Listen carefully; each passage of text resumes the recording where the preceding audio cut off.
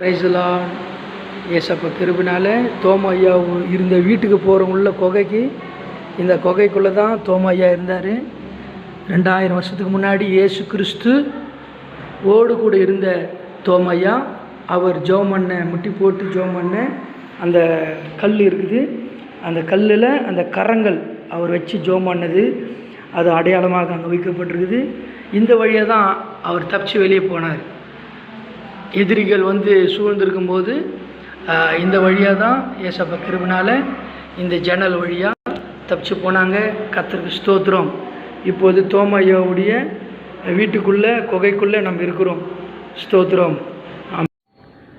இதன் வழியாக தான் தோமா ஐயா வெளியேறின இடம். இதுதான் தோமா ஐயா வாழ்ந்த சின்ன மலை.